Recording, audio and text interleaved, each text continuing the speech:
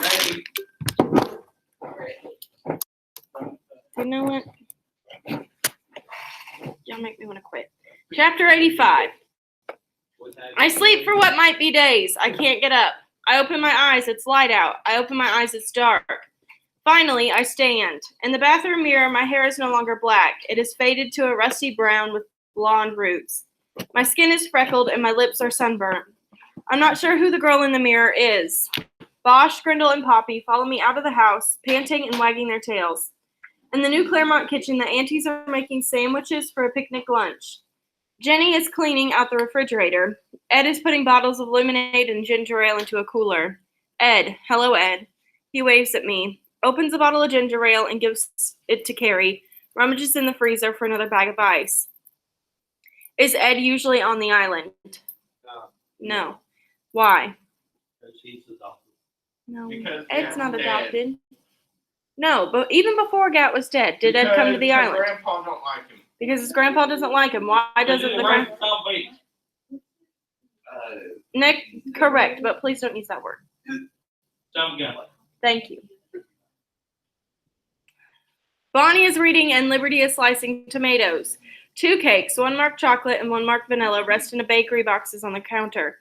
I tell the twins happy birthday. Bonnie looks up for her collective apparitions book. Are you feeling better? She asks me. I am. You don't look much better. Shut up. Bonnie is a wench and there's nothing to do about it, says Liberty. But we're going tubing tomorrow if you want to come. Okay, I say. You can't drive. We're driving. Yeah. Mommy gives me a hug, one of her long, concerned hugs, but I don't speak to her about anything. Not yet. Not for a while, maybe. Anyway, she knows I remember. She knew when she came to my door. I could tell. I let her give me a scone she saved from breakfast and get myself some orange juice from the fridge. I find a Sharpie and write on my hands. On the left, be a little. On the right, kinder. Outside, Taft and Will are goofing around in the Japanese garden. They're looking for unusual stones. I look with them. They tell me to search for glittery ones, and also ones that could be arrowheads. When Taft gives me a purple one he's found, because he remembers that I like purple rocks, I put it in my pocket. Chapter 86. Granddad and I go to Edgartown that afternoon. Bess insists on driving us, but she goes off by herself while we go shopping. I find pretty fabric shoulder bags for the twins, and Granddad insists on buying me a book of fairy tales at the Edgartown bookshop. I see Ed's back, I say, as we wait at the register. Mm-hmm. You don't like him. Not that much. But he's here. Yes, with Carrie. Yes, he is. Granddad wrinkles his brow. Now stop bothering me. Let's go to the fudge shop, he says. And so we do. It is a good outing. He only calls me Mirren once. The birthday is celebrated at supper time with cake and presents. Taft gets hopped up on sugar and scrapes his knee falling off a big rock in the garden. I take him to the bathroom and find a Band-Aid. Mirren used to always do my Band-Aids, he tells me. I mean, when I was little. I squeeze his arm. Do you want me to do your Band-Aids now? Shut up, he says. I'm 10 already. The next day I go to cuddle down and look under the kitchen sink. There are sponges there, and spray cleaner that smells like lemons, paper towels, a jug of bleach. I sweep away the crushed glass and tangled ribbons. I fill bags with empty bottles. I vacuumed crushed potato chips. I scrub the sticky floor in the kitchen. I wash the quilts. I wipe grime from the windows and put the board games in the closet and clean the garbage from the bedrooms. I leave the furniture as Mirren liked it. On impulse, I take a pad of sketch paper and a ballpoint pen from Taft's room and begin to draw. They are barely more than stick figures, but you can tell they are my liars. Gat, with his dramatic nose, sits cross-legged reading a book.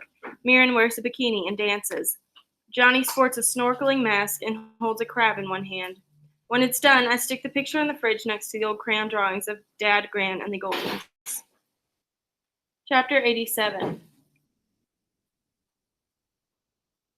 Once upon a time, there was a king who had 3 beautiful daughters. These daughters grew to be women, and the women had children, beautiful children. So many, many children, only something bad happened. Something stupid, criminal, terrible. Something avoidable, something that never should have happened. And yet, that could eventually be forgiven. The children died in a fire, all except one. Only one was left, and no, that's not right. The children died in a fire, all except 3 girls and 2 boys. There were 3 girls and 2 boys left, Cadence, Liberty, Bonnie, Taft, and Will. And the 3 princesses, the mothers, they crumbled in rage and despair. They drank and shopped and starved and scrubbed and obsessed. They clung to one another in grief and forgave each other and wept. The fathers raged too, though they were far away. In the king, he descended into a delicate madness from which his old self only sometimes emerged. The children, they were crazy and sad. They were racked with guilt for being alive, racked with pain in their heads and fear of ghosts, racked with nightmares and strange compulsions, punishments for being alive when others were dead. The princesses, the fathers, the king, and the children, they crumbled like eggshells, powdery and beautiful, for they were always beautiful, it seemed, as if this tragedy marked the end of the family. And perhaps it did, but perhaps it did not. They made a beautiful family, still, and they knew it. In fact, the mark of tragedy became, with time, a mark of glamour, a mark of mystery, and a source of fascination for those who viewed the family from afar. The eldest children died in a fire, they say, the villagers of Burlington, the neighbors in Cambridge, the private school parents of Lower Manhattan, and the senior citizens of Boston. The island caught fire, they say. Remember some summers ago? The three beautiful daughters became more beautiful still in the eyes of their beholders. And that fact is not lost upon them, nor upon their father, even in his decline. Yet, the remaining children, Cadence, Liberty, Bonnie, Taft, and Will, they know that tragedy is not glamorous. They know it doesn't play out in life as it does on stage or between the pages of a book. It is neither a punishment meted out, nor a lesson conferred. Its horrors are not attributable to one single person. Tragedy is ugly and tangled, stupid and confusing. That is what children know. And they know that the stories about their family are both true and untrue. There are endless variations, and people will continue to tell them. My full name is Cadence Sinclair Eastman. I live in Burlington, Vermont with Mommy and the three dogs. I'm nearly 18. I own a well-used library card, an envelope full of dried beach roses, a book of fairy tales, and a handful of lovely purple rocks. Not much else. I am the perpetrator of a foolish, deluded crime that became a tragedy. Yes, it is true that I fell in love with someone, and he died, along with the two other people I love best in this world. That was been the main thing to know about me. The only thing about me for a very long time, although I did not know it myself. But there must be more to know.